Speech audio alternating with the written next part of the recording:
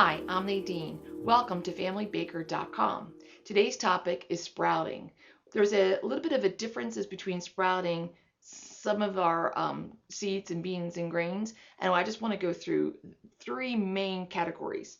The first is going to be chia seeds. Since chia seeds become gelatinous, it's a little bit difficult. You cannot do it the same way that you would do alfalfa seeds, but it is the easiest one out there. You just take a dish, something that has a flat surface on the bottom, and you just sprinkle a single layer on there, and then all you're going to do is mist it. You don't want it to be sitting in the water, but you want to keep it moist. So that means you're going to probably be misting 2 to 4 times easily a day. Make sure you mist it well before you go to bed at night. After you mist it, you just cover up with a towel to keep flies and gnats off, and then just keep coming back to keep it moist. We don't want them to dry out at all. The next one is going to be our seeds. These are for the ones that you're going to want to have those microgreens like alfalfa sprouts. And to start these guys off, we're going to go to the sink. Okay, now at the sink, what you need is a wide mouth quart-sized mason jar, your seeds, and a rubber band and cheesecloth. And this little goodie, this is an OXO 2-cup measuring cup. Because of the slanted lip inside, it's going to do a great job for us, and you'll see that in just a few minutes. All right, first thing, we're going to take 2 tablespoons of our alfalfa seeds and put them in our mason jar. And we just want to wash them off. Just get some dust or debris, anything like that. We're going to wash that, clean them off. Take your cheesecloth. And we want to keep that area right there as taut as we can so that the seeds don't slip around. All right, and then we're just going to strain this out.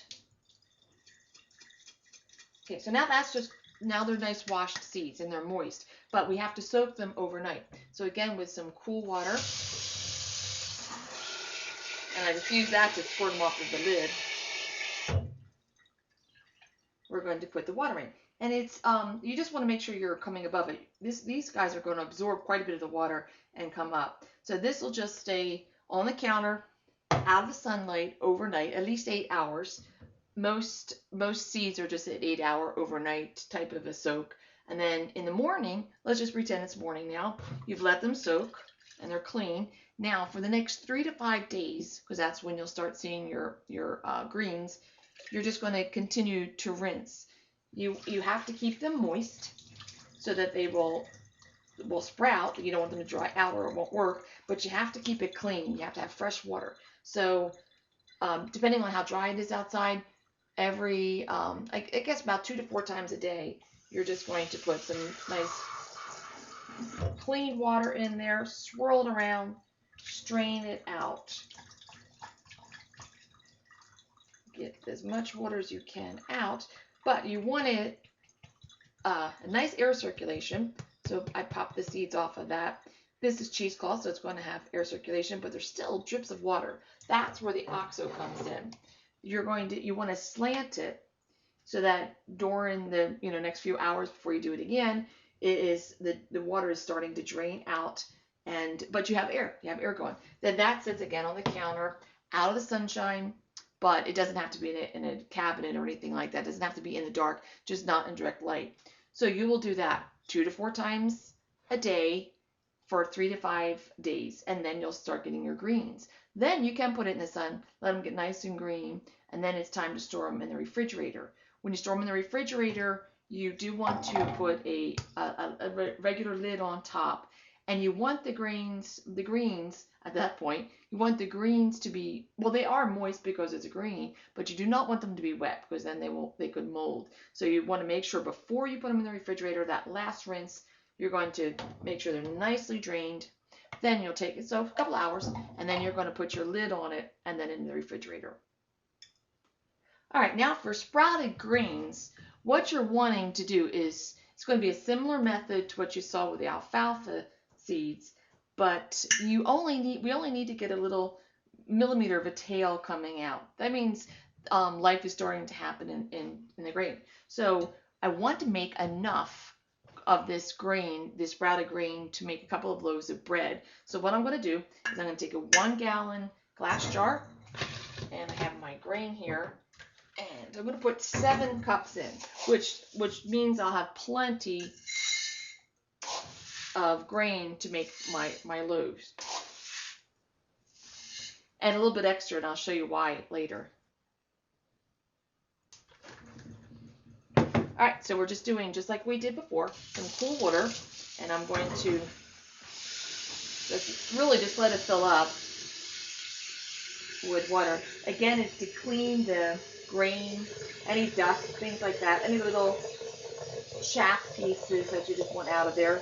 Not that any of it's going to hurt anything, but we just want to have clean grain. And I just like letting it overflow. Get my hand down inside to mix it up all the way, because this is a lot of grain that's in here.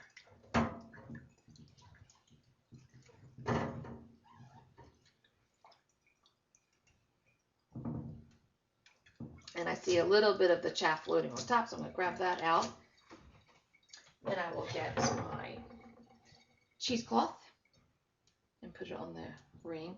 Again, it's going to be taut around the brim to make sure that the grain stays in. And I'm going to, so that was just a rinse, and now I'm going to drain this out. And again, we're having enough to cover the grain that's in here. It's one of the reasons we needed a nice big container like this. The bucket that I have the grain in, that would work too, except it's just so tough to strain it out on the top that this one works far better for you. So the steps are going to be the same as the alfalfa. I'm straining this all out.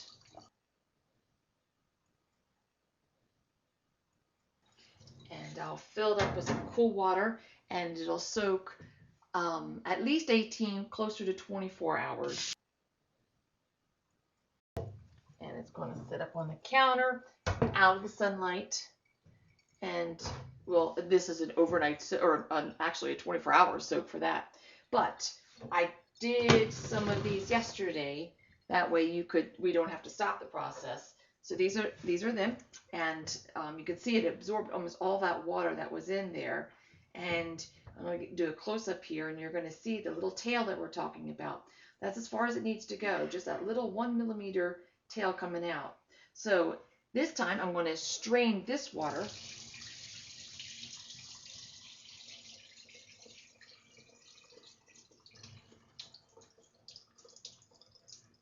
And you see how little water came out this time compared to last time, because it has absorbed so much. And I do want to clean this one more time.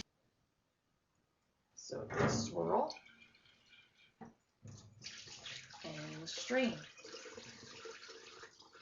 Now on our site, familybaker.com, under the video link, you're going to see how we dehydrate the grain so that we can turn around and make flour out of it. But there's a couple of other ways that you can use this grain. And I'm going to show you right now. It's soft. The grain is soft. So now I can go, you can prepare it just as if it were brown rice. Put it in a pot with water and prepare it just the same way you do your brown rice. Another thing you can do now with this grain is to put it in your food processor and process it, and then we'll make a mash. And then you can take that mash and turn around and make some bread out of it. It's not going to be fluffy bread like the kneaded yeast breads or even the sourdough, but it will make a good sprouted bread. But on our site at familybaker.com, under the video link, we're also going to do a sprouted grain bread where we've dehydrated the grain and then we've milled it to make some bread. So just check out our site for that one. It's been 5 days since we started our sprouts, and now it's going to be time to eat them. But before I do, I want to do one more rinse. Now you can just see how many sprouts 2 tablespoons of seed makes. So I'm going to do one more rinse.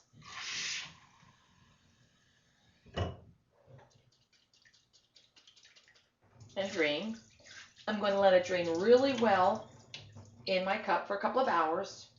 And then I'm going to put it up on the windowsill so that the sun can dry up that extra moisture that's going to be collecting in here.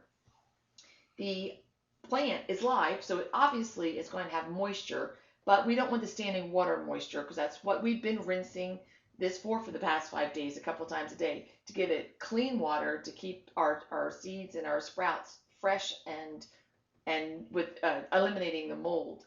So for me, when the weather is beautiful outside, I actually take it outside in direct sunlight. I like the sprouts to get very greened up. So just a couple of hours outside, nice, it'll just evaporate some more of the moisture out. So instead of on the windowsill, for me, it's outside in the summertime for these guys. And then after those couple of hours, a lot of that standing moisture now is gone. A little bit of moisture in there is just going to feed them in the refrigerator a little bit. But I'm going to take a regular mason jar lid, seal it up, and stick it in the refrigerator. I will probably easily eat this within a week. It's just great on everything, and in everything. You can add it to your salads, your sandwiches, and even inside your breads. But so it's going to be gone. But if it's not, it'll keep in my refrigerator for a couple of weeks with a seal on. Now, I want to show you something else. The sprouted grain, we kept about, I guess it was about ½ pound of it in our jar last week. This is again 5-day-old sprouts from the wheat grain. And I could have made the rice-like dish with it, but instead I decided to sprout it. My chickens just love eating this sprout, so I did this for them. So I'll go feed those guys.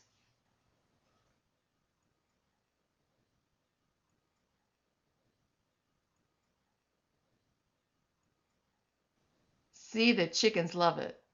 All right, this has been about a week now. I have been misting it about every day, about 4 times a day.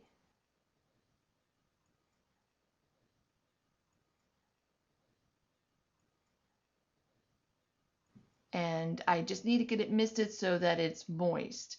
I don't need to flood it. I just need to have it nice and moist so I'll get some growth growing out of it. Okay, so now this isn't quite where I want it to be. I want a little bit bigger. All right, I'm going to cover it up and we're going to give it another week to grow a little bit taller. And I'm going to mist the top of it to keep it all moist. 4 times a day, I'm going to be doing this so to get some more growth on it. Really, in this week, you can back off a little bit. Just check it to make sure it's moist.